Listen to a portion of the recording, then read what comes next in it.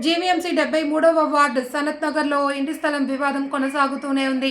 స్థలంలో నిర్మాణం చేస్తున్న మాధవి అనే మహిళ గతంలో కూడా మీడియా సమావేశంలో దీనికి సంబంధించి వివరాలు చెప్పగా, తాజాగా స్థలాన్ని దళిత సంఘ ప్రతినిధులు సందర్శించిన నేపథ్యంలో ఆమెతో పాటు కురందాస్ కృష్ణ మీడియాతో మాట్లాడుతూ 2000 సంవత్సరంలో స్థలాన్ని కొన్నామని, 2005లో ఓ వ్యక్తి ఇదే స్థలంపై దౌర్జన్యానికి వచ్చారని, ఆయనపై కోర్టులో కేసు వేసి 2009లో గెలిచామని, తర్వాత 2022లో మరో వ్యక్తి రాగా ఆయనపై కేసు వేసి గెలిచామని, అంతా సర్దుమణిగింది అని భావించి మున్సిపల్ ప్లాన్ అప్రూవల్ తీసుకుని నిర్మాణ పనులు చేపట్టామని, ఈ క్రమంలో అనురాధ అనే వ్యక్తి ఈ స్థలం తనదంటూ రావడంతో మళ్లీ కేసు వేసి హైకోర్టు నుండి ఆర్డర్ తెచ్చుకుని ఉన్నామని, తరచూ నిర్మాణ పనులకు అడ్డంకులు సృష్టిస్తున్నారు అని ఆరోపించారు. అధికారులు విషయం చొరవ తీసుకుని న్యాయం చేయాలి అని కోరుతున్నారు.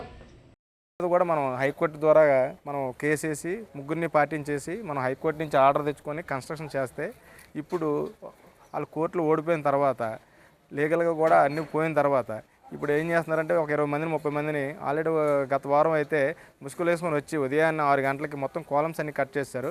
మేమన్నీ కూడా పోలీస్ వారికి సబ్మిట్ చేసాం. వాళ్ళు కేసు కూడా నమోదు చేశారు. కానీ వీళ్ళకి కోర్టులన్నా చట్టం అన్నా అసలు భయం లేదండి.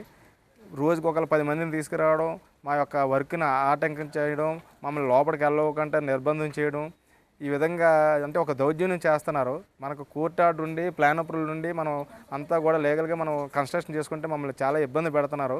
మా మీద దౌర్జన్యం చేస్తున్నారు. దీని మీద అధికారులు కొంచెం మాకు రక్షణ కల్పించాలని, వెంటనే వాళ్ళ మీద చట్టపరమైన చర్యలు తీసుకోవాలని మేము చాలా ప్రార్థిస్తున్నాం. ఎందుకంటే మమ్మల్ని చాలా హెరాస్మెంట్ చేస్తున్నారు.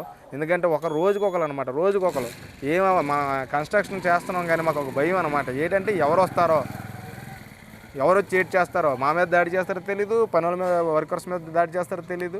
ఇంత దారుణంగా ప్రవర్తిస్తున్నారు. దీన్ని కొంచెం దయచేసి సంవత్సరంలో నా స్థలం కొనుక్కున్నాను. ఇది జగ్గపు సత్యవతి వరలక్ష్మి గారి దగ్గర కొనుక్కున్నానండి. తర్వాత కూడా నా మీద చాలాసార్లు నేను కోర్టులో గెలుచుకున్న తర్వాత కూడా నా మీదకి మళ్ళీ పొనమల శ్రీనివాసరావు అనే అతను వచ్చాడు. అతను వచ్చిన తర్వాత ఆయన మీద కూడా నేను కోర్టులో గెలుచుకున్న, ఇదిగోండి వెనక కోర్టు ఆర్డర్ కూడా ఉంది.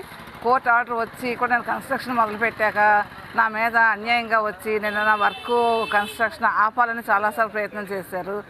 ఈ క్రమంలోని కాలమ్స్ కూడా కట్ చేస్తారు. దాని మూలంగా నాకు ఒక 6-7 లక్షలు నాకు నష్టం జరిగింది. ఆ నష్టాన్ని భరిస్తూ మళ్ళీ ఇంక నేను వర్క్ కన్స్ట్రక్షన్ చేస్తున్నా సరే, నా తమ్ముడి మీద కూడా చాలా అభియోగాలు చేసి వాళ్ళని కూడా బయటకు లాగి, ఇంకా నాకు కూడా ప్రాణరక్షణ లేకుండా వర్క్ కూడా నన్ను కట్టనీయకుండా చేస్తున్నారండి. నాకు మాత్రం ఈ వాళ్ళు అన్యాయంగా వచ్చి ఒక 50 మంది మనుషులు తీసుకొచ్చి చీకటినే ఇంకా నా వర్క్ ఆపాలని చూసి చేస్తున్నారు. అయినా సరే నేను వర్క్ చేస్తుంటే వాళ్ళేమో నాకు చాలా ఇబ్బంది పెడుతున్నారు. నాకు కూడా ప్రాణరక్షణ కావాలి. ఈ పెనుగులాట్లో కూడా నాది ఒక 6 తులాల గొలుసు కూడా పోయిందండి. కాలమ్స్ కూడా వాళ్ళు కన్స్ట్రక్షన్ చేస్తుంటే అవి కూడా పగలగొట్టేశారు.